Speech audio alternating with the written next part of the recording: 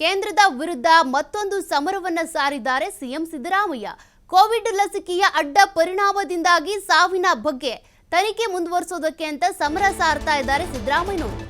ಸಾವಿನ ಕುರಿತು ಸಂಶೋಧನೆಗೆ ಸಮಿತಿ ರಚನೆ ಮಾಡಿದ್ದಾರೆ ಸಿಎಂ ಸಿದ್ದರಾಮಯ್ಯ.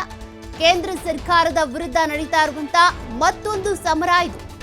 ಹಠಾತ್ ಸಾವಿನ ಬಗ್ಗೆ ಅನುಮಾನ ವ್ಯಕ್ತಪಡಿಸಿದಂತ ಹಿರಿಯ ಪತ್ರಕರ್ತ ರಾಜಾರಾಮ್ ಲಸಿಕೆಯ ಅಡ್ಡ ಪರಿಣಾಮದಿಂದಾಗಿ ಸಾವನ್ನಪ್ತಾ ಇರೋದ್ರ ಬಗ್ಗೆ ಅನುಮಾನವನ್ನ ವ್ಯಕ್ತಪಡಿಸಿದ್ರು ಪತ್ರಕರ್ತ ರಾಜಾರಾಮ್ ಅವರು.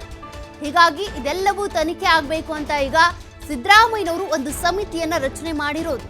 ಹಠಾತ್ ಸಾವುಗಳ ಬಗ್ಗೆ ಸಿಎಂಗೆ ಇಮೇಲ್ ಮಾಡಿದ್ರು ಹಿರಿಯ ಪತ್ರಕರ್ತರು.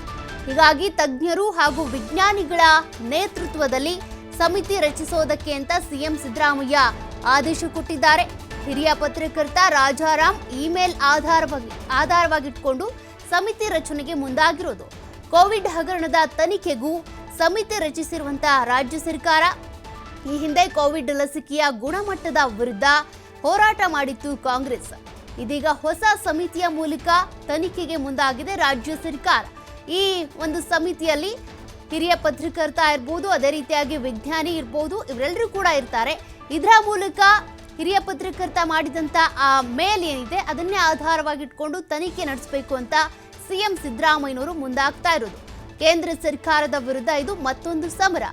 ಕಾರಣ ಈ ಕೋವಿಡ್ ಲಸಿಕೆ ಏನಿದೆ, ಕೋವಿಡ್ ಶೀಲ್ಡ್ ಇರ್ಬೋದು, ಕೋವಿಡ್ ವ್ಯಾಕ್ಸಿನ್ ಇರ್ಬೋದು, ಇವೆರಡನ್ನೂ ಕೂಡ ಜನರಿಗೆ ಕೊಡೋದಕ್ಕೆ ಅಂತ ಒಪ್ಪಿಗೆ ಕೊಟ್ಟಿದ್ದು ಕೇಂದ್ರ ಸರ್ಕಾರ.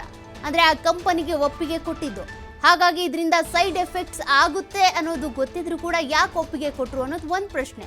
ಮತ್ತೊಂದು ಕಡೆ ಕೋರ್ಟ್ನಲ್ಲೂ ಕೂಡ ಕಂಪನಿಯವರೇ ಹೇಳ್ಕೊಂಡಿದ್ರು ಸೈಡ್ ಎಫೆಕ್ಟ್ಸ್ ಇದೆ ಅಂತ. ಕೆಲವೊಬ್ರು ಹೃದಯಾಘಾತದಿಂದ ಸಾವನ್ನಪ್ಪಿದ್ರು, ಇನ್ನು ಕೆಲವರು ಬ್ರೈನಲ್ಲಿ ರಕ್ತ ಹೆಪ್ಪುಗಟ್ಟಿ ಸಾವನ್ನಪ್ಪಿದ್ರು. ಹೀಗಾಗಿ ಎಲ್ಲ ಹಠಾತ್ ಸಾವುಗಳಿಗೆ ಲಸಿಕೆಯ ಅಡ್ಡ ಪರಿಣಾಮವೇ ಕಾರಣ ಅನ್ನೋದ್ರ ಬಗ್ಗೆ ಹಲವು ಅನುಮಾನಗಳು ಹುಟ್ಕೊಂಡಿದ್ವು. ಅನೇಕರು ಈ ರೀತಿಯಾಗಿ ಬಹಳ ಬೇರೆ ಬೇರೆ ಪ್ರಾಬ್ಲಮ್ನಿಂದ ಬಳಲ್ತಾ ಇದ್ದಾರೆ ಅಂತ. ಹಾಗಾಗಿ ತನಿಖೆ ಆಗಲೇಬೇಕು ಅನ್ನುವಂಥ ಕಾರಣಕ್ಕೆ ಸಿಎಂ ಸಿದ್ದರಾಮಯ್ಯನವರು ಈಗ ಮತ್ತೊಂದು ಸಮಿತಿ ರಚಿಸೋದ್ರ ಮೂಲಕ ಕೇಂದ್ರ ಸರ್ಕಾರದ ವಿರುದ್ಧ ಯುದ್ಧ ಸಾರ್ತಾ ಇದ್ದಾರೆ.